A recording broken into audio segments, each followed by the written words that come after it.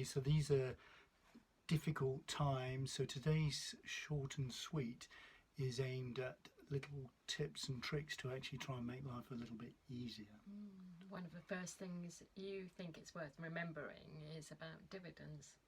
Yeah, I mean, basically dividends have been slashed across the board. Only today we saw Shell cutting its dividend basically by 2/3. Other companies have cut them by, well, 100%, not to put too fine a point on it. The key point with dividends, though, is it's a mistake to think in terms of just passive income from an investment portfolio. You've got to think of total returns. And I mean, that sounds a bit, but what it actually means is that you've got to take account of the fact that some non-dividend companies, their shares rise more quickly than dividend-paying companies because they're retaining more of their income.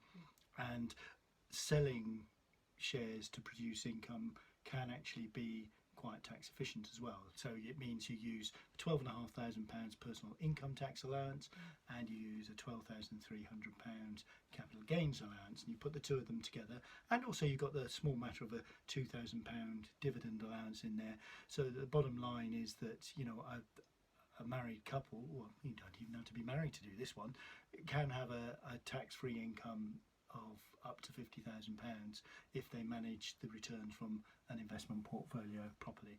And of course the best way of doing it would be to have those investments within a tax efficient wrapper, like an individual savings account or a SIP, a self-invested personal pension. But if it's outside the wrapper, do consider capital gains and income.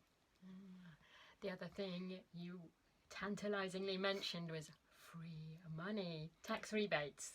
Right, tax rebates. We do love a bit of free money here on Money. What this refers to is that if you paid inheritance tax on an inheritance of stocks, shares, funds, bonds, what have you, and you end up selling it for less than the probate valuation within 12 months, you can claim a rebate. There's a form, IHT 35, you can fill that in. It's very easy to do, and the difficult part is the probate valuation, which you'd have to do anyway. So that's not, you just have to have a market valuation for selling those shares. So, I mean, obviously with people dying of COVID-19, that's, you know, a tragic situation, but this is probably actually aimed at people who died before. You know, so when the market was quite a bit higher, that's when the probate valuations were set, and market valuations have fallen quite significantly from there. So if you're saving, you know, basically you're saving 40% tax on the fall in that asset's value. It gets even better with property because the same situation applies, but you can look back 4 years there. So if you were the executor for somebody who died within the last 4 years and you had sold property for less than the probate valuation, you can apply for, using IHT form 38, you can apply for a rebate there. So, you know, for example, if the property had fallen in value by £100,000, which to be honest is not at all inconceivable in the current environment, you would save yourself £40,000 in tax. That's great, isn't it? So, you know, it is worth going to a little bit of trouble to do it. And that, to be honest, it's not actually that much trouble. And it is kind of more of a mainstream thing than you might imagine. Yeah, there were about, I think, 4,500 cases in 2018, 2019. And with the markets having fallen this year, there are almost certainly going to be a lot more this year. The other thing you mentioned before was the crisis is bringing out nasty, bad people. There have been a lot of pension frauds, you say. Yeah, I mean, this is just a warning, basically. The average victim of pension fraud loses £82,000. I mean, that's the average. So you can imagine some poor souls have lost a great deal more than that.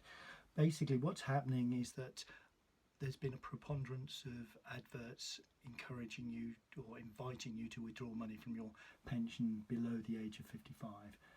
It's not illegal, but huge penalties apply. So ordinarily, only footballers and the terminally ill are able to access their pensions before 55.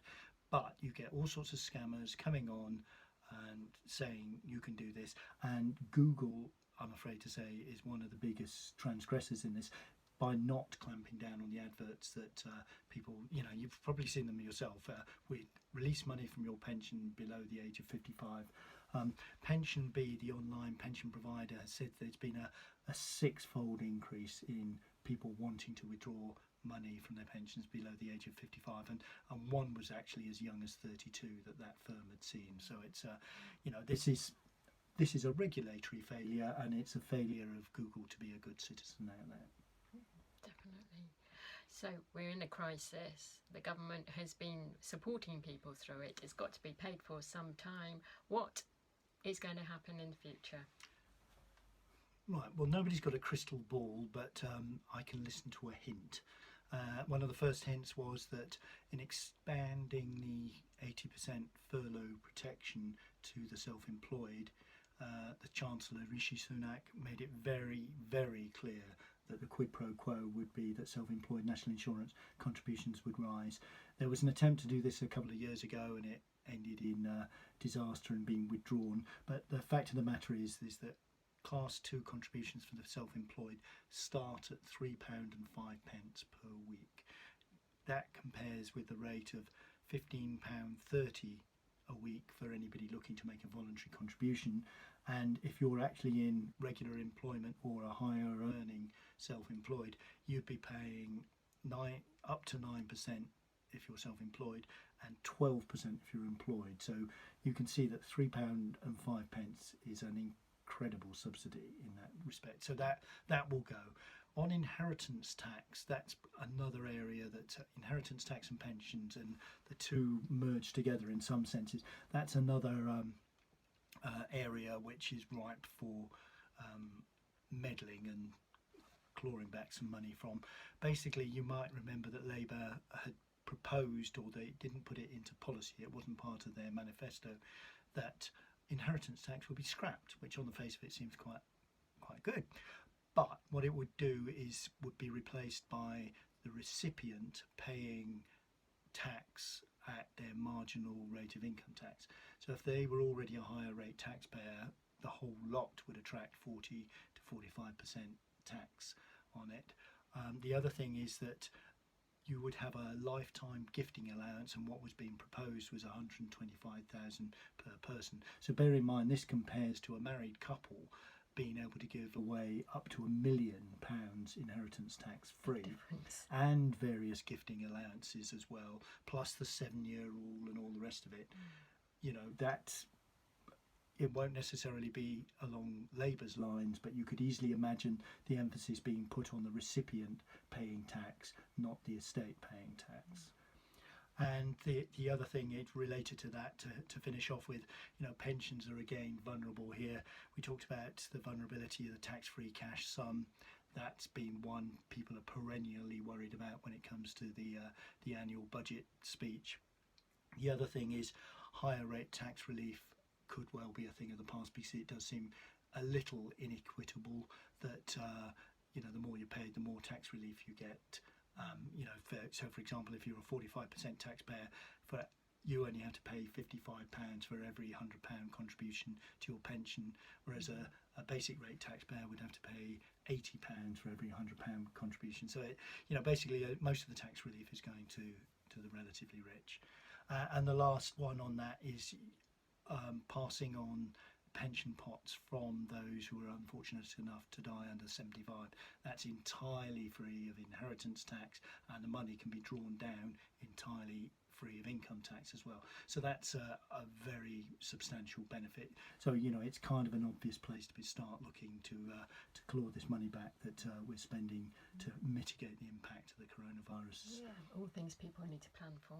Yes, all things you need to be prepared for, and this sort of underlines the value of having a more dispersed approach to your finances and your savings. So not relying just on pensions or ISAs or property or inheriting wealth. You have got to have a joined up approach. Yeah. Thank you. So that's it for another show. If you like what you heard on the show, please sort of subscribe to our YouTube channel. We've also got our very own Facebook page now, Pension Man UK, so please like or follow that. But most of all, please stay safe and take care out there.